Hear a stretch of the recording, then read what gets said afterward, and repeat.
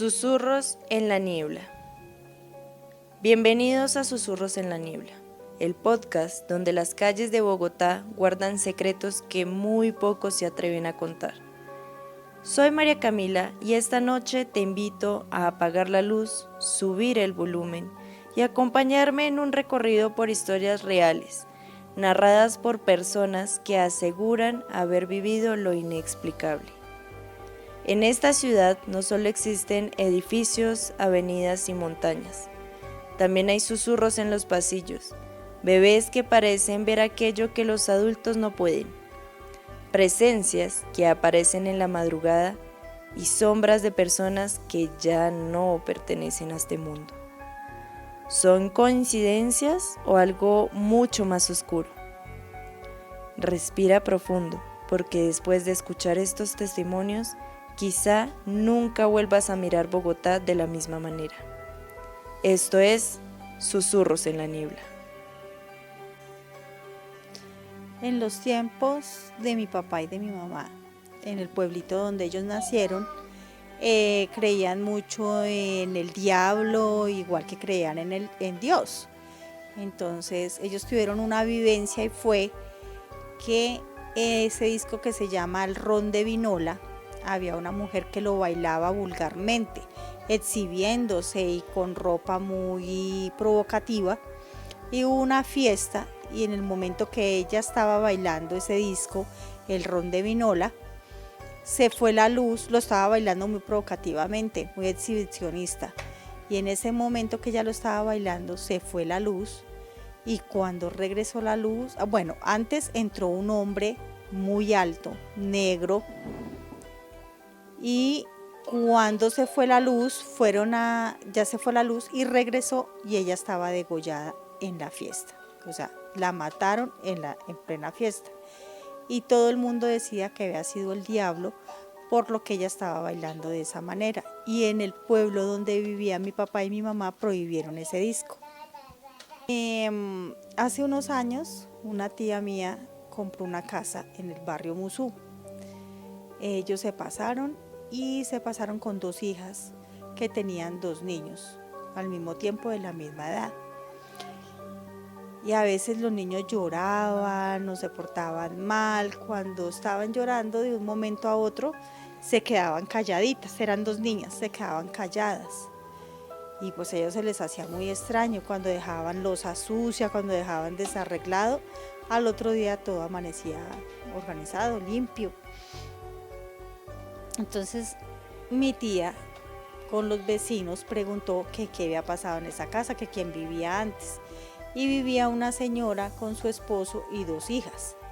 ¿Qué pasó? Que el esposo mató a la señora violentamente, fue una muerte violenta.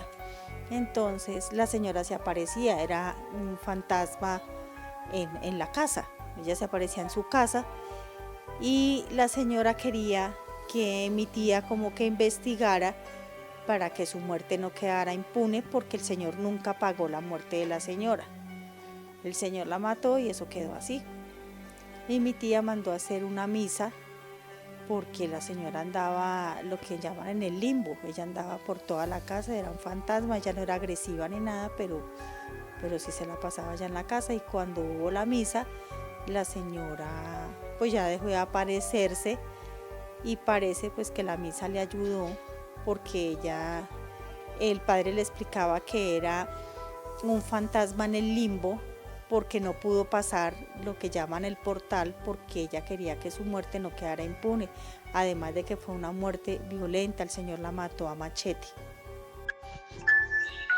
En el año 2018 yo era estudiante del SENA de la Avenida Jiménez. Cuentan que una de las instructoras del SENA salió de afán a visitar a su mamá y atravesando la Caracas, un carro la mató y el alma de ella quedó en el SENA. Un día entramos con unas compañeras al baño y nos tomamos una foto, y cuando fuimos a mirar la foto, en el reflejo del espejo del baño del SENA estaba la profesora detrás de nosotros parada. Salió en la foto del baño. Tiempo después, tuvimos que hacer una exposición y tuvimos que tomarle fotos a unas diapositivas en un computador. y al tomar la foto al computador, la cara de ella también apareció ahí en la foto del computador del SENA. Entonces, eh, también se manifestaba a las empleadas de servicios generales, estaban trapeando o barriendo en horas de la tarde y ella aparecía parada en la puerta de los baños del SENA. El alma de ella está ahí en el SENA de la Avenida Jiménez.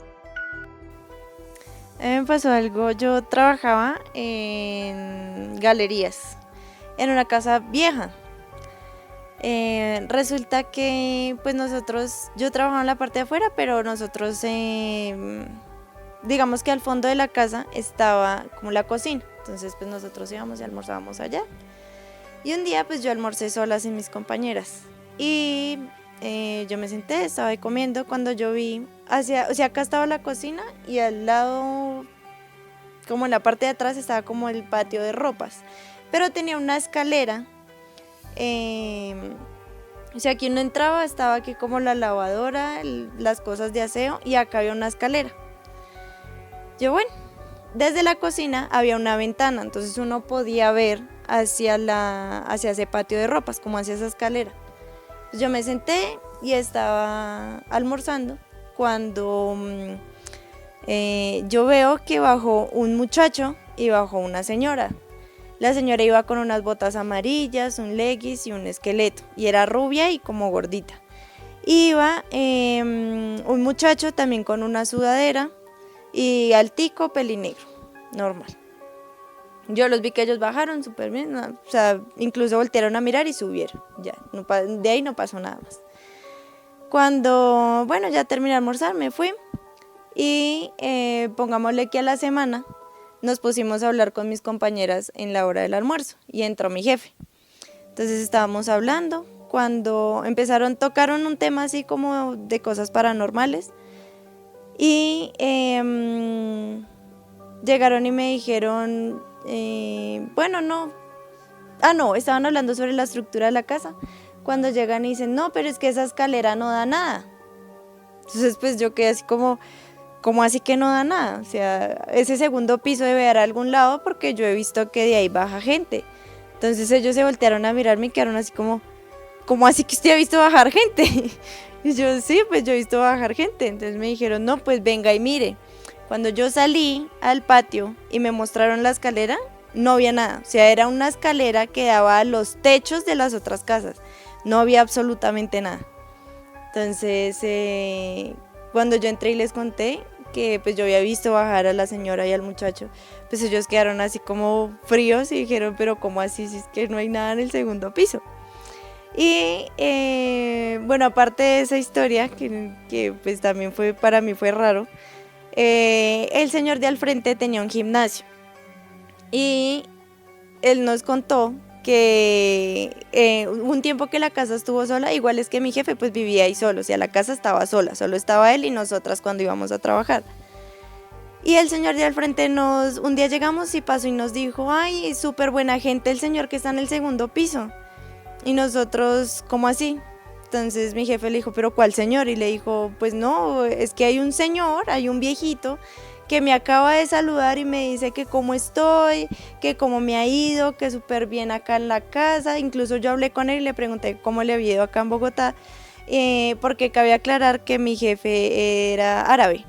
Entonces le dijo, no, y cómo le ha ido acá en Bogotá y todo eso, y que el señor le dijo que súper bien y todo muy bien, pero cuando él fue a preguntar, pues en el segundo piso no había nadie, o sea, no había nadie más en la casa que nosotros. Entonces, pues, también esa fue otra historia. Póngale cuidado que en alguna ocasión yo siempre he sido fan de el rock y el metal. Y en una ocasión puse Metallica. Ese álbum se llama El Kill 'Em All y la canción se llama Jump in the Fire. Y yo me acosté a dormir. Yo puse el álbum. Yo puse todo ese álbum.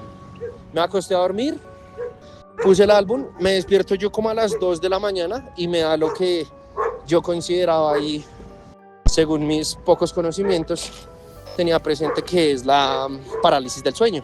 Entonces yo me despierto y yo estoy de frente a mi cama pero entonces no me puedo mover. Y yo ya sabía que era la parálisis, entonces yo como, no, ya en una ocasión ya me había dado, pero no fue como tan grave, fue más como el susto de, ¿qué es esta mierda? Me morí.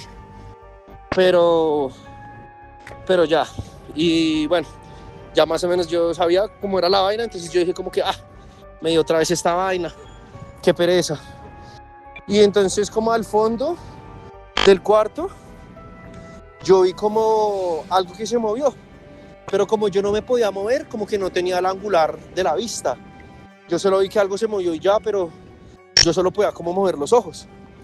Entonces como que yo dije, no, estoy loco, me estoy mal viajando. Eso, cierre los ojos y cuando usted se despierte ya, todo va a estar bien. Va a ser de día, se va a poder mover, fue una buena experiencia y ya. Y pues no me cogía el sueño, yo cerré los ojos y no me cogía el sueño.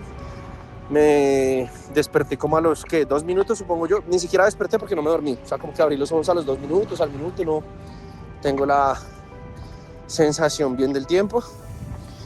Y ya de un momento a otro vi correr algo, yo tenía unas guitarras, una guitarra eléctrica y una acústica. Vi correr algo detrás de esas guitarras hacia detrás de un mueble donde yo tenía puesto un televisor, como una mesita de noche, por así decirlo, pero pues enfrente de mi cama, donde yo tenía el televisor. Y entonces ahí yo ya me paniqué, yo dije como, uy, no, mierda, esto no es normal. Entonces como que me empecé a asustar, se me subió ahí como la presión, no sé, taquicardia me dio. Y cerré los ojos y yo me acuerdo que yo empecé a sudar muchísimo.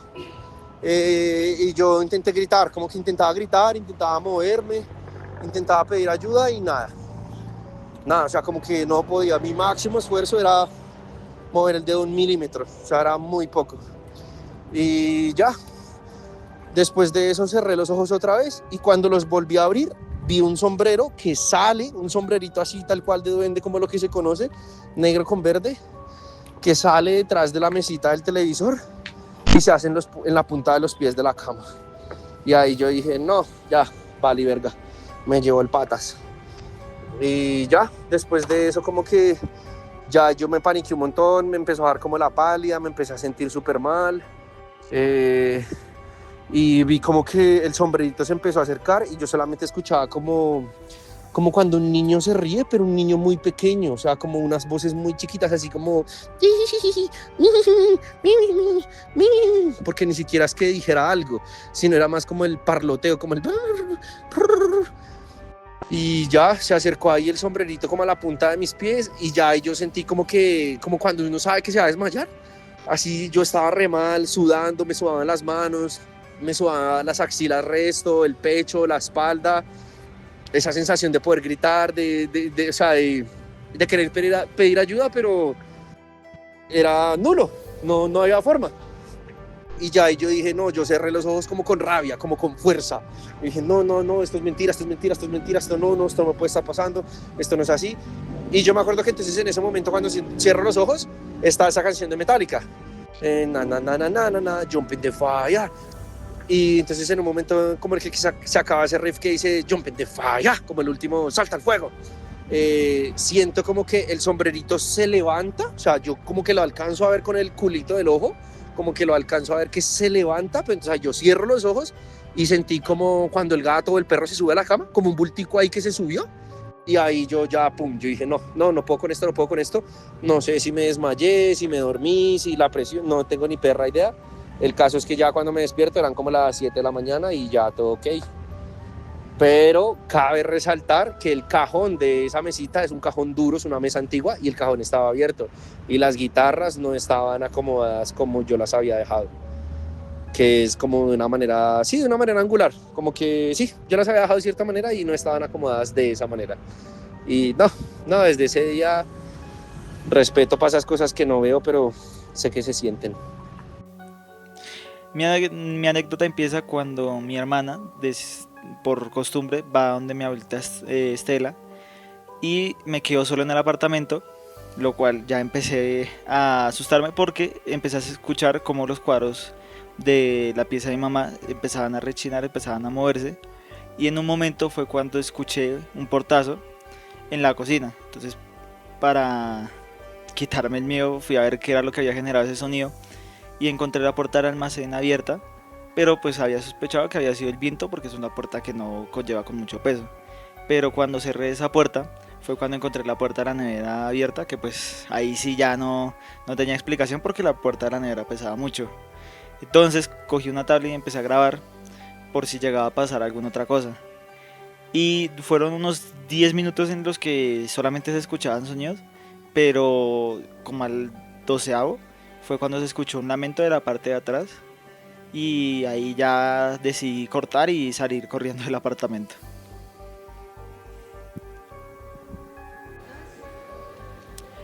Hola, bueno, la historia es, nosotros teníamos un apartamento en la Super 2, aquí en Kennedy Central, vivíamos en un segundo piso.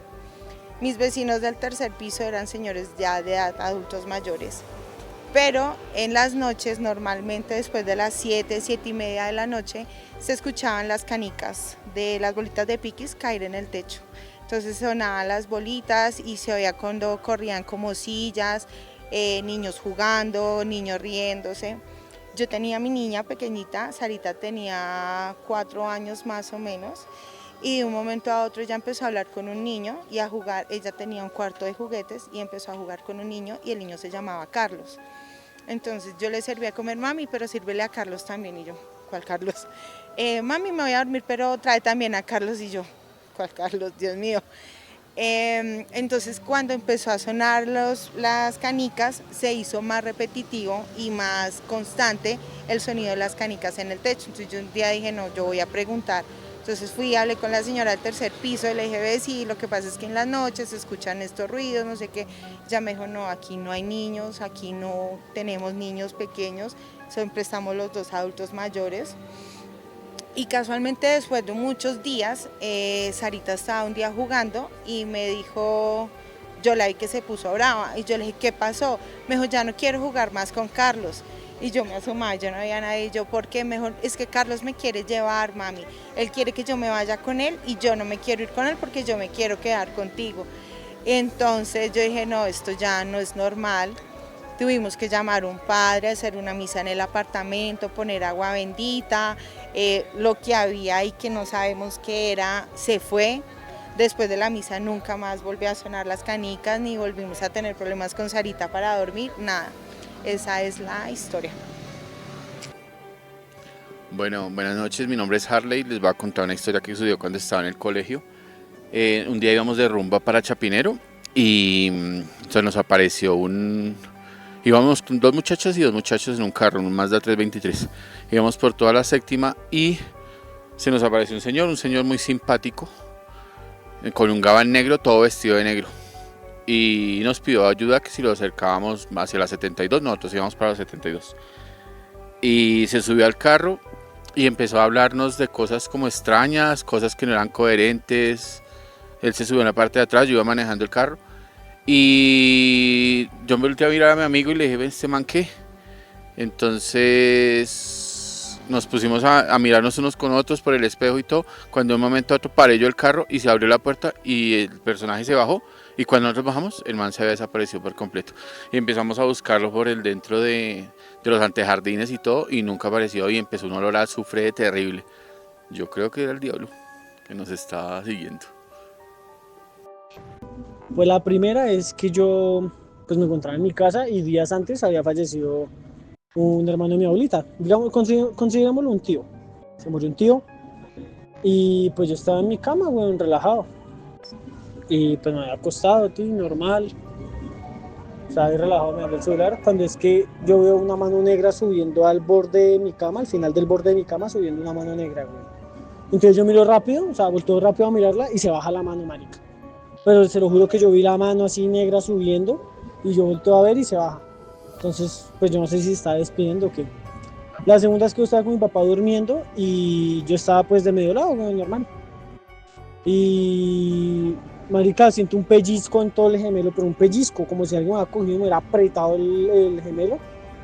Entonces yo me quedé quieto hacia mi papá estaba roncando, mi papá no podía moverse ni nada, estaba roncando durísimo. Y la última me pasó hace poco. Al final fueron 3 historias. La última me pasó hace poco y es que yo estaba... O sea, fue hace poco, güey. Fue hace como una semana, menos de una semana. Estaba ahí durmiendo y marica se me subió el muerto encima. Me dio parálisis del sueño, pero yo veía un bulto negro encima mío y yo intentaba moverme y a la vez veía como una persona. Entonces yo como que intentaba moverme y me pasó 2 veces en esa misma noche. Me intenté mover, estaba durmiendo. Me intenté mover y veía entrecerrado, güey, entrecerradito. Como usted le da mucho sol y se intenta tapar, así que entrecierra los ojos, así. Intenté ver entrecerrado y paila, güey. No me podía mover y veía un bulto negro encima. Y me pasó 2 veces esa noche. No sé, todo ha sido en mi cuarto, todo me ha pasado en mi cuarto. Ya. Eh, Mi familia, una familia que tengo en Funza, ellos vivían en una casa. Una vez hubo un accidente enfrente de la casa y hubo una persona fallecida. Todas mis primas salieron a mirar el tema de la curiosidad, de mirar el cuerpo de la persona. Pues eso quedó así, pero después de ese accidente, ya que ellos después de un tiempo los empezaron como a asustar, les botaban las cosas en la casa, les apagaban las luces, se las prendían, por las noches aparecía una persona oscura como que les pegaba. Luego pasó un tiempo y en la casa de mi abuelita acá en Bogotá estaba esa familia, la familia de Funza, y pasó de que estábamos en la pieza todos cuando una de las hijas de mi prima estaba sentada en la cama y ella como que se desmayó, se fue para atrás y se cayó sobre la cama desmayada y todos estábamos en la pieza. Cuando ella se sentó, empezó a hablar como hombre. Entonces al hablar como hombre, pues todo el mundo se asustó y salió corriendo. Las únicas que sabían eso era pues la familia de ella, que la cogieron y todo eso. Y pues orando y todo eso lograron pues como que reaccionara. Con el tiempo se supo que la persona que había fallecido en ese accidente estaba como en pena porque se veía que murió, había peleado con la mamá. Entonces un medio ni todo como que les hizo el tema del trance y todo eso, y lo que quería el muchacho era que ella fuera a la casa de la mamá de él y le pidiera disculpas. Y eso fue lo que hicieron. Después de que hicieron eso, le pagaron unas misas y todo, y ese tema paró ahí, cuando me imagino que el muchacho pudo descansar después de pedirle disculpas a la mamá.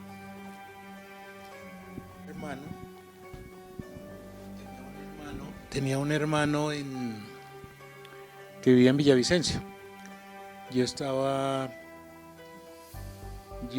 en mi negocio aquí en Bogotá, como a la 1 de la tarde, y me llamó alguien que mi hermano había tenido un accidente.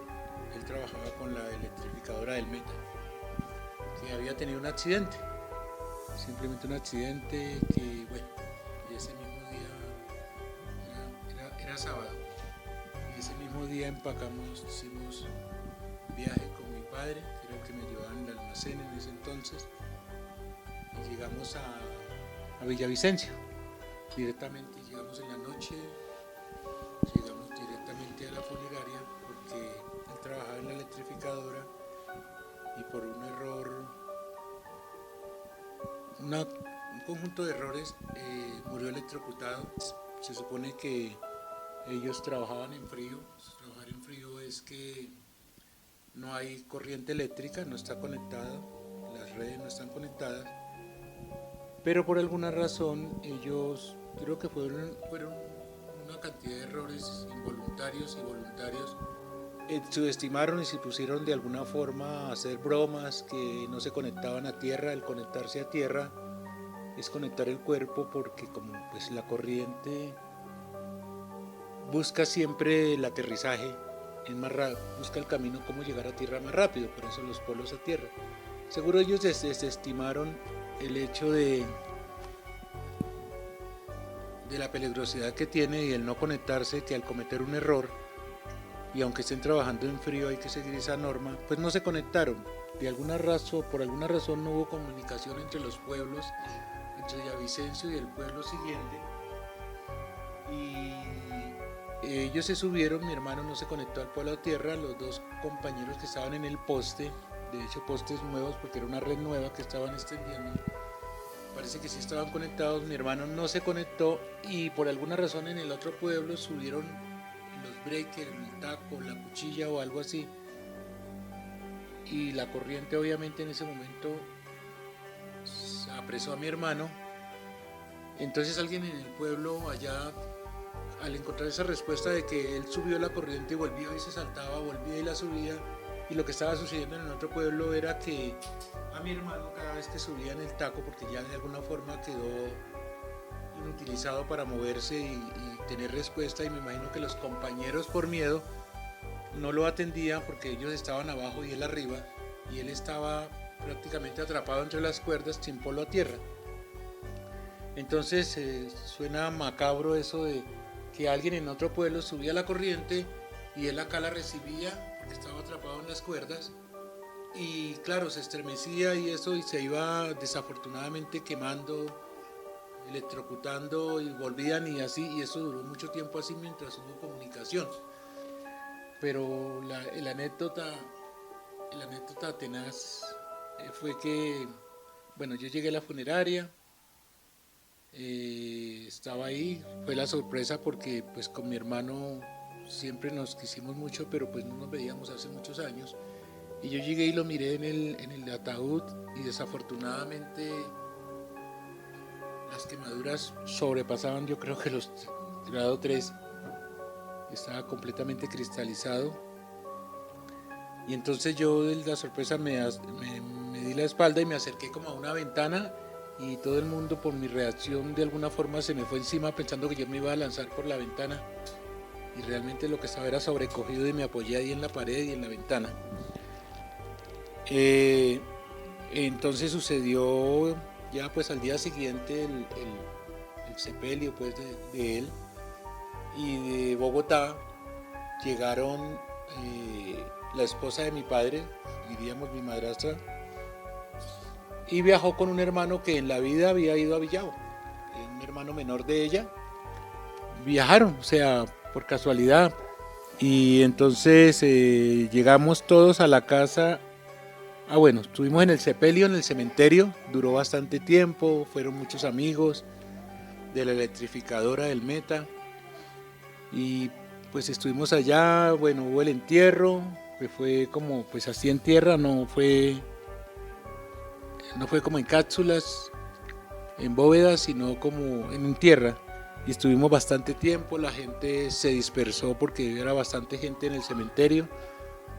Entonces cuando llegamos del sepelio de mi hermano, pues todo, como las dos familias siempre han estado muy unidas y son muy cordiales entre ellos, fue a la casa vacacional de mi ex esposa, la mamá de ella, que es la señora Elvia, que es una señora muy atenta, siempre ha sido una persona muy atenta. Pues llegamos allá todos, es una casa de 2 pisos, había una prerreja como un antejardín, y ya subiendo apenas en la puerta, apenas abre uno la puerta principal, hay una escalera para ir al segundo piso, al lado derecho, y al lado izquierdo ya uno está en la sala, sigue de frente una habitación y posteriormente la cocina y luego el patio. En el primer piso hay un baño debajo de esa escalera.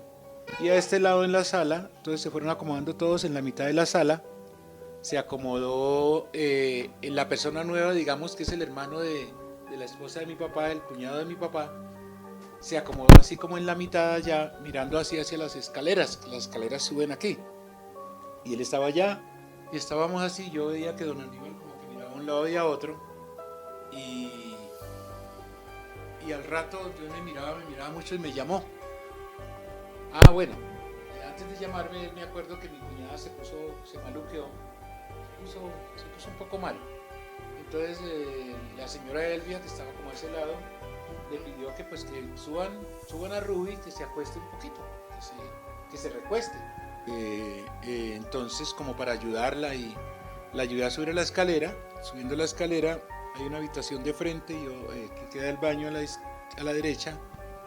Hay una habitación de frente, y a este lado arriba queda otra habitación. Entonces subimos así, había un camarote, le acomodé un colchón, se recostó y yo la dejé ahí, le cerré la puerta y volví, bajé y me senté al final de la escalera donde estaba seguramente otros de los niños.